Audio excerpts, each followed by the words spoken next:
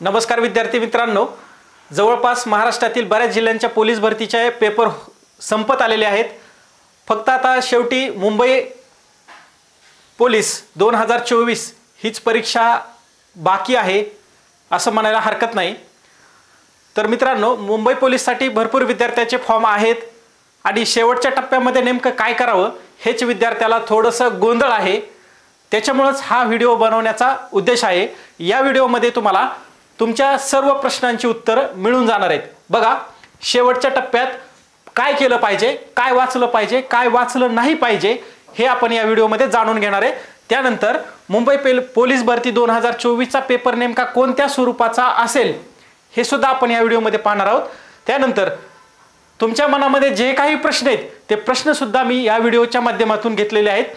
त्या सर्व प्रश्नांची उत्तरे तुम्हाला अचूक मिळणार आहेत, त्यामुळे हा व्हिडिओ तुम्ही शेवटपर्यंत पहा। ओके, चला बघा, मुंबई पोलीस 2024 ची आपण स्ट्रॅटेजी पाहतोय की नेमकं मुंबई पोलीस 2024 ला कशा स्वरूपाचा पेपर येईल, म्हणजे कोणत्या विषयाला किती वेटेज इथं दिलं जाईल, ते वेटेज देत असताना नेमके त्या विषयावर कोणते प्रश्न विचारले जातील, कोणत्या टॉपिकवर विचारले जातील, टॉपिक मधील कोणत्या सब टॉपिकवर तिथं प्रश्न विचारले जातील हे सुद्धा आपण वेगवेगळ्या व्हिडिओच्या माध्यमातून समजून घेणार आहोत। फक्त या व्हिडिओमध्ये आपण पाहणार आहोत की 2021 ला कोणते प्रश्न, म्हणजे किती प्रश्न विचारले होते, 2019 च्या भरतीमध्ये नेमके किती प्रश्न विचारले होते हे आपण पाहणार आहे आणि 2024 मध्ये नेमके प्रत्येक विषयावर किती प्रश्न विचारले जाऊ शकतात पहा।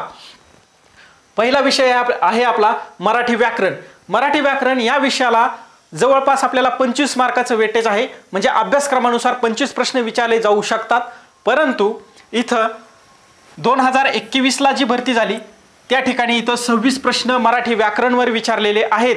त्यानंतर 2023 ची जी भरती झाली, म्हणजेच 21 ची जाहिरात, 23 ची भरती, 2019 ची जाहिरात, 2021 ला जी भरती झाली, इथं फक्त 13 प्रश्न विचारलेले आहेत। मराठी व्याकरणवर 13 प्रश्न या ठिकाणी विचारलेले आहेत। बघा, तर 2024 ला तुम्हाला नेमके किती प्रश्न विचारले जातील हे महत्त्वाचे आहे। बघा, या ठिकाणी तुम्हाला 14 ते 15 प्रश्न हे मराठी व्याकरणवर विचारले जातील। आता मी पूर्ण दोन्ही पेपरचं ॲनालिसिस केलेलं आहे आणि ते ॲनालिसिस करून तुम्हाला 2024 मध्ये काय नेमकं विचारलं जाऊ शकतं याचा अंदाज सांगत आहे। बघा, 14 ते 15 प्रश्न तुम्हाला या ठिकाणी मराठी व्याकरणवर 100% विचारले जातील, येते लक्षात। त्यानंतर आपला पुढचा विषय आहे अंकगणित। अंकगणित हे अभ्यासक्रमानुसार 25 प्रश्न या ठिकाणी विचारणं गरजेचं असतं, परंतु 2021 ला या ठिकाणी 20 प्रश्न विचारलेत, 2023 ला 12 प्रश्न विचारलेले आहेत, येते लक्षात। 2023 ला 12 प्रश्न विचारलेत आणि 2024 ला या ठिकाणी 15 ते 16 प्रश्न विचारले जाण्याची शक्यता आहे। 15 ते 16 प्रश्न या ठिकाणी अंकगणित या विषयाला विचारले जाण्याची शक्यता आहे, येते लक्षात। त्यानंतर बघा, बुद्धिमत्ता। बुद्धिमत्ता हा अभ्यासक्रमानुसार तुम्हाला 25 प्रश्न विचारले जाऊ शकतात, परंतु 2021 ला या ठिकाणी 25 प्रश्न विचारलेत, 2023 ला या ठिकाणी 10 प्रश्न विचारलेले आहेत आणि 2024 ला तुम्हाला कमीत कमी 15 प्रश्न विचारले जाऊ शकतात। बुद्धिमत्ता या विषयावर तुम्हाला 2024 ला 15 प्रश्न विचारले जाऊ शकतात, येते लक्षामध्ये। त्यानंतर बघा, महाराष्ट्रातील बऱ्याच जिल्ह्यांच्या आता परीक्षा होत आलेल्या आहेत, तर या परीक्षेमध्ये जे काही भूमितीचे प्रश्न आहेत ते भूमितीचे प्रश्न तुम्ही सोडवणं खूप महत्त्वाचं आहे, कारण बरेच विद्यार्थी भूमिती या विषयाकडे दुर्लक्ष करतात। परंतु आपण मुंबईचा जर विचार केला तर मुंबईमध्ये बघा, 2021 च्या परीक्षेला 4 प्रश्न विचारलेत भूमितीवर। किती? 4 प्रश्न। एक मार्क सुद्धा खूप महत्त्वाचा असतो, एका मार्कावाचून रिझल्ट जातो आणि एका मार्कावाचून रिझल्ट येतो, त्यामुळे 1 मार्काला सुद्धा कमी लेखायचं नाही, खूप महत्त्वाचं आहे। 2023 ला या ठिकाणी 12 प्रश्न विचारलेत, 12 म्हणजे वेटेज किती आहे बघा, 12 प्रश्न विचारलेत। 2024 ला तुम्हाला या ठिकाणी कमीत कमी 7 ते 8 प्रश्न हे भूमितीवर विचारले जाऊ शकतात। कमीत कमी 7 ते 8 प्रश्न तुम्हाला भूमितीवर विचारले जाऊ शकतात, त्यामुळे या विषयाकडे दुर्लक्ष करू नका। तुम्ही फक्त या विषयासाठी आता 24 मध्ये जे काही सर्व पेपर झालेत आणि 23 मध्ये जे पेपर झालेत, ह्या दोन्ही वर्षाच्या पेपर मधील फक्त भूमितीचे जे प्रश्न असतील तेवढे जरी प्रश्न व्यवस्थित समजावून घेतले तरी सुद्धा तुम्हाला त्या ठिकाणी मार्क मिळू शकतात आणि हे मार्क म्हणजे खूप महत्त्वाचे आहेत। तुम्ही जर 7 ते 8 प्रश्न जर तुम्ही नाही सोडवले तर तुमचा पेपर हा 92 किंवा 93 मार्कापैकीच असणार आहे, बाकीचे तर प्रश्न तुम्ही गोळ्या मारून येणार आहे, येते लक्षात। त्यामुळे इथं दुर्लक्ष करू नका, मुंबईवाले इथं दुर्लक्ष करू नका। ओके, चला पुढचा विषय आहे आपला सामान्य ज्ञान। आता आपण सामान्य ज्ञान आणि चालू घडामोडी हे वेगवेगळे केलेले आहे, येते लक्षामध्ये। तर सामान्य ज्ञान 2021 ला 21 प्रश्न हे GS वर विचारलेले आहेत, म्हणजे सामान्य ज्ञानवर विचारलेत। इतिहास, भूगोल, राज्यघटना, अर्थशास्त्र असेल तर वेगवेगळे हे जे विषय आहेत, विज्ञान असेल तर ह्या सर्व विषयाला मिळून इथे 21 प्रश्न विचारलेत। 2023 ला या ठिकाणी 30 प्रश्न विचारलेले आहेत। 2023 ला या ठिकाणी किती 30 प्रश्न विचारलेले आहेत आणि 2024 ला या ठिकाणी 30 ते 35 प्रश्न विचारले जाण्याची दाट शक्यता आहे। फक्त GS वर म्हणतोय मी, चालू घडामोडी नाही, चालू घडामोडी हे वेगळे घेतले आपण। GS ला इथं 30 ते 35 प्रश्न विचारले जाऊ शकतात, त्यामुळे इथं प्रॉपर अभ्यास करा। इथे लक्षामध्ये काय करायचं ते पण मी सांगणार आहे। त्यानंतर बघा पुढचा विषय आपला चालू घडामोडी। चालू घडामोडी हे परीक्षेच्या दृष्टीने खूप महत्त्वाचं आहे आणि ते यावेळेस मी सांगतो त्या पद्धतीने विचारणार आहे, 100% विचारणार आहे। बघा 2021 ला फक्त 4 प्रश्न विचारलेले आहेत। 4च प्रश्न का विचारले ह्याचं सुद्धा माझ्याकडे कारण आहे, ते मी तुम्हाला पुढच्या व्हिडिओमध्ये सांगतो। बघा 2023 ला इथं 23 प्रश्न आहेत फक्त चालू घडामोडीवर विचारलेत, येते लक्षात। बघा 2023 ला किती हे 23 प्रश्न आणि GS चे 30 प्रश्न किती झाले 53 प्रश्न हे फक्त GS वर 2023 ला विचारलेले आहेत, हे तुम्ही लक्षात घ्या।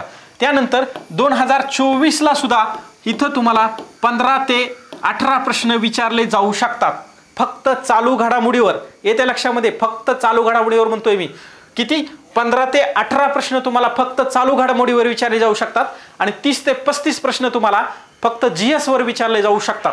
त्यामुळं हे इथं तुम्ही व्यवस्थित करा, कारण प्रश्न कसे येतात किंवा कोणत्या विषयाला किती वेटेज आहे हे समजून घेणं खूप महत्त्वाचं आहे आणि त्यानुसारच अभ्यास करणं गरजेचं आहे।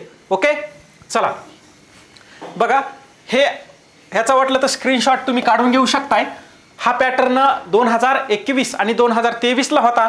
2024 ला इथं तुम्हाला मराठी व्याकरणला 15-16 प्रश्न विचारले जातील, अंकगणिताला याला सुद्धा तुम्हाला 15-16 प्रश्न नक्की विचारले जातील, बुद्धिमत्तेला सुद्धा 14-15 प्रश्न विचारले जातील, भूमितीला 7 ते 8 प्रश्न विचारले जातील, सामान्य ज्ञानमध्ये तुम्हाला 30 ते 35 प्रश्न विचारले जातील, चालू घडामोडीमध्ये तुम्हाला 17 ते 18 प्रश्न विचारले जातील, एकूण प्रश्न हे 100 तुम्हाला विचारले जातील, येते लक्षात।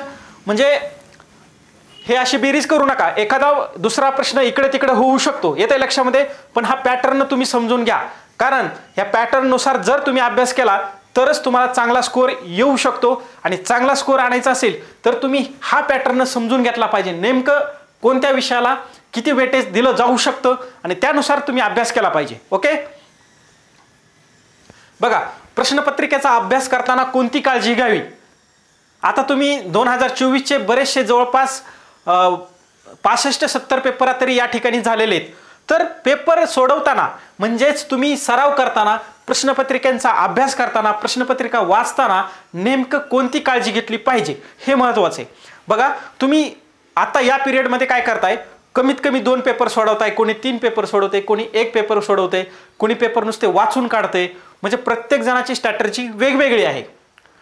मी म्हणत नाही की मी जसं म्हणतोय त्याच पद्धतीने तुमची स्ट्रॅटेजी असू द्या, असं मी अजिबात म्हणणार नाही, परंतु तुमची स्ट्रॅटेजी ही योग्य दिशेने असली पाहिजे, योग्य त्या दृष्टीने तुम्ही नियोजन केलं पाहिजे, तरच तुम्ही या परीक्षेमध्ये मुंबई पोलीस भरती 2024 तुम्ही क्रॅक करू शकताय, येते लक्षामध्ये। बघा 2024 चे जे काही पेपर झालेत, आता मान्य तुमचे 23 मधले किंवा 21 मधले काही पेपर राहिले असतील तर त्या प्रश्नपत्रिका थोड्याशा बाजूला ठेवा आणि आता लेटेस्ट 2024 चे जे काही पेपर आहेत तर त्या पेपरचा बारकाईने अभ्यास करा।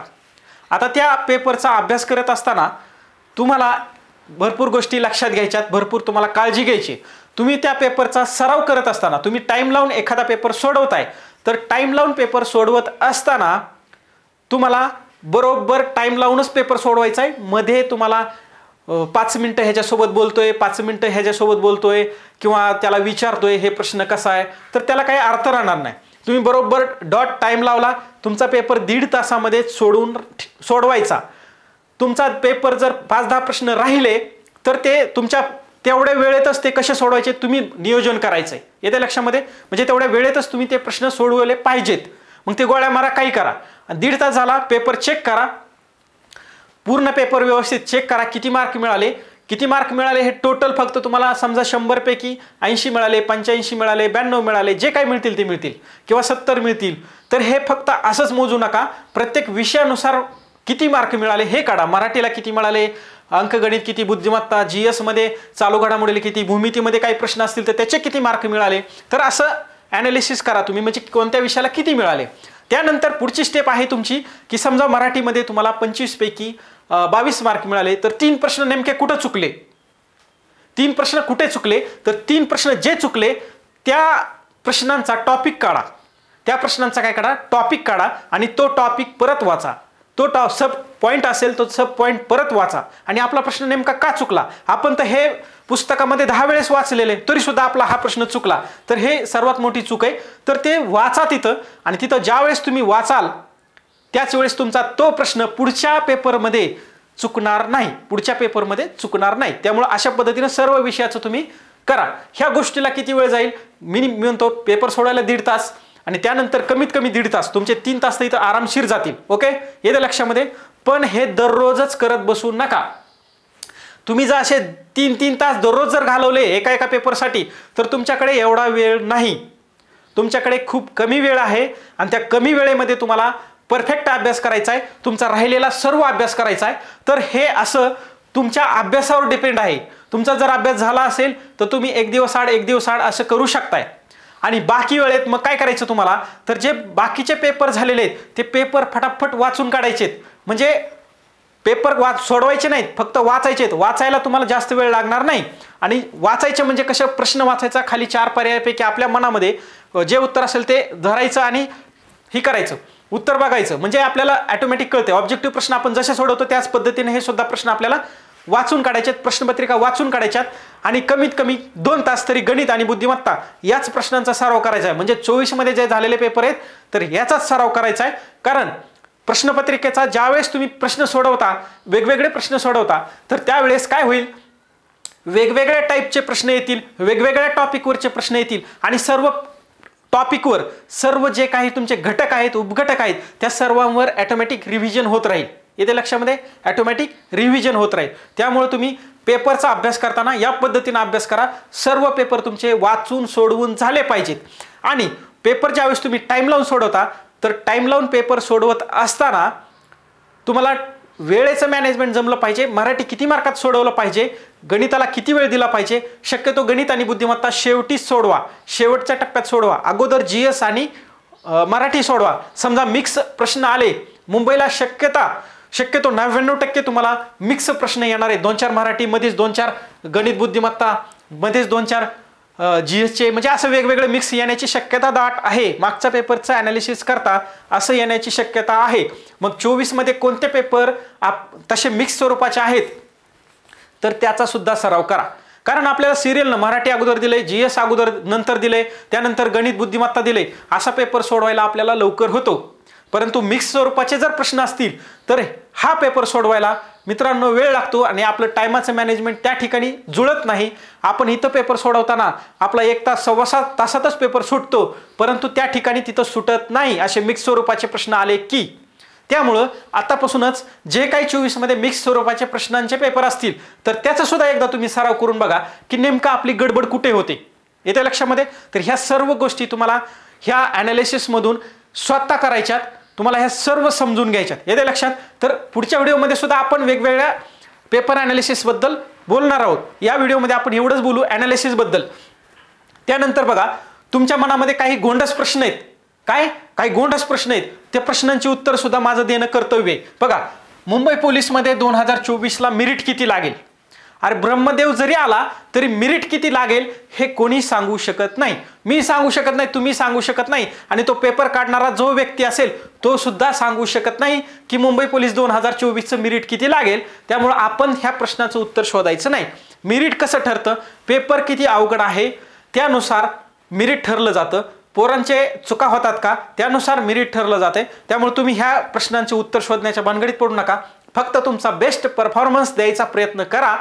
येत्या लक्षामध्ये प्रश्न चुकायचा नाही, सिली मिस्टेक करायची नाही, आपल्याला जे येतंय ते अजिबात चुकायचं नाही। जे येतंय ते चुकला एका मार्कावरून 500 पोरं तुमच्या पुढे निघून जाणार आहेत। त्यामुळे एक प्रश्न एक मार्क खूप महत्त्वाचा आहे। त्यामुळे ह्या गोष्टीचा फालतू गोष्टीचा विचार करायचा नाही, मेरिट किती लागेल आणि कोणालाही प्रश्न विचारायचा नाही।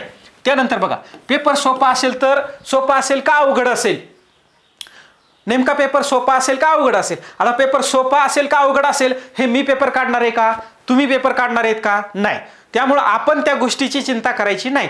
पेपर जो काढणारा व्यक्ती आहे तो कसा काढायचा आहे तसा काढेल, आपण आपला अभ्यास व्यवस्थित करायचा आहे। सोपा आला गडबडून जायचं, सोपा आला गोंधळून जायचं नाही, हुरळून जायचं नाही, पेपर व्यवस्थित सोडवायचा आहे, सिली मिस्टेक करायच्या नाहीत, सिली मिस्टेक करायच्या नाहीत। सोपं आहे हे, सोपं म्हणलं आपण कसं फास्ट पेपर सोडतो, 1 तासात पेपर सोडून रिकामा आणि पुन्हा इकडे तिकडे पाहत बसतो, तर ह्याला काही अर्थ नाही मित्रांनो।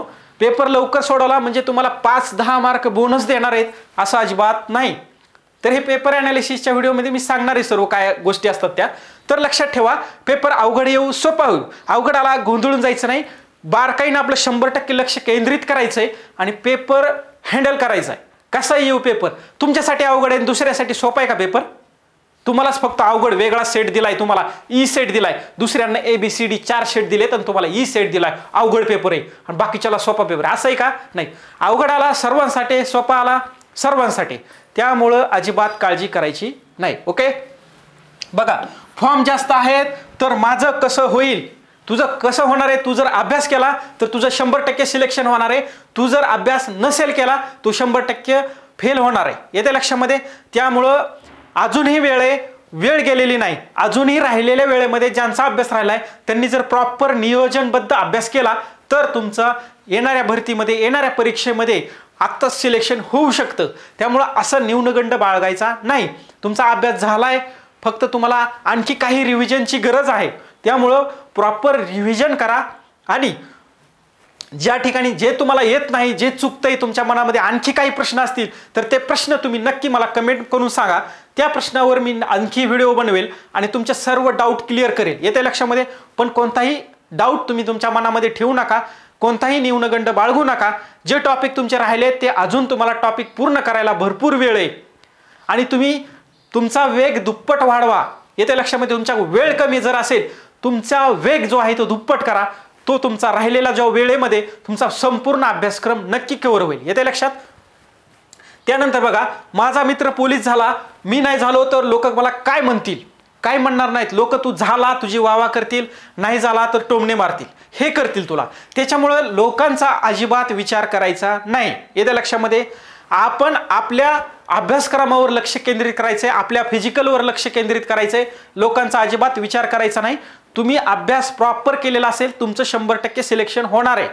त्यामुळे असं अजिबात मनामध्ये काहीच बाळगू नका, हे काय म्हणाल आणि ते काय म्हणाल, माझं सिलेक्शन झालं, तुम्ही प्रॉपर कुणाला काही उत्तर देऊ नका, तुमचा प्रॉपर अभ्यास करा, एकाही शब्दानं कुणाला उत्तर देऊ नका, काही नका, तुमचं फक्त लक्ष अभ्यास आणि फिजिकल याच गोष्टीकडे केंद्रित करा, बाकी इतर गोष्टीचा अजिबात डोक्यामध्ये विचार आणू नका, कुणाला काही सुद्धा रिप्लाय सुद्धा देऊ नका। ओके, चला जीकेचे किती प्रश्न विचारतील तर मी सांगितले तुम्हाला, जीकेचे GS मध्ये तुम्हाला 30 ते 35 प्रश्न विचारले जातील आणि चालू घडामोडीवर 17 ते 18 प्रश्न विचारले जातील। तर हे 17 ते 18 प्रश्न तुम्ही म्हणाल कशावरून काढलं, चालू घडामोडी कशा काय विचारले जातील, तुम्हाला काय माहिती आहे। तर मित्रांनो, हे मी मागचं ॲनालिसिस केलंय आणि तुमच्या पुढचा एक व्हिडिओ बनवणार आहे चालू घडामोडीवर, त्या व्हिडिओमध्ये तुम्हाला नक्की सांगेल की चालू घडामोडीवर एवढे प्रश्न यावेळेस का विचारले जाऊ शकतात, हे तुम्हाला मी पुढच्या व्हिडिओमध्ये सांगणार आहे। लेखी परीक्षा कधी होईल, बघा लेखी परीक्षा जी आहे ती सप्टेंबरमध्ये 10 तारखेच्या आसपास होऊ शकते, येत्या लक्षामध्ये 10 तारखेच्या आसपास लेखी परीक्षा होऊ शकते, मागं पुढं थोडंफार होऊ शकतं, येत्या लक्षामध्ये। परंतु आचारसंहिता 20 सप्टेंबरच्या आसपास लागण्याची शक्यता आहे, त्याच्या अगोदरच लेखी परीक्षा त्यांना घेणं गरजेचं आहे, कारण नंतर लेखी परीक्षा त्यांचं नियोजन त्या पद्धतीनं चाललेलं आहे, येत्या लक्षामध्ये। आता काही इंटरनल गोष्टी असतात त्या मी तुम्हाला या ठिकाणी सांगू शकत नाही, परंतु 10 तारीख तुम्ही धरून चाला, त्याप्रमाणे तुमचं नियोजन करा। तर या व्हिडिओमध्ये आपण मुंबई पोलीस 2024 बद्दल एक बेसिक माहिती पाहिलेली, बेसिक स्ट्रॅटेजी पाहिलेली। पुढच्या व्हिडिओमध्ये आपण वेगवेगळे ॲनालिसिस पाहणार आहोत की नेमकं काय केलं पाहिजे, की अजून या प्रत्येक विषयासाठी नेमका कशा स्वरूपाने आपण अभ्यास केला पाहिजे किंवा कोणत्या गोष्टी केल्या पाहिजेत. तुमचे काही मुंबई पोलीस 2024 बद्दल काही प्रश्न असतील तर कमेंट करून नक्की सांगा.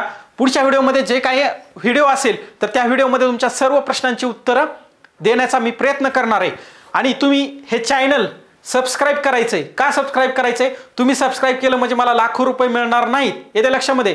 त्यामुळे ही गोष्ट क्लिअर करा.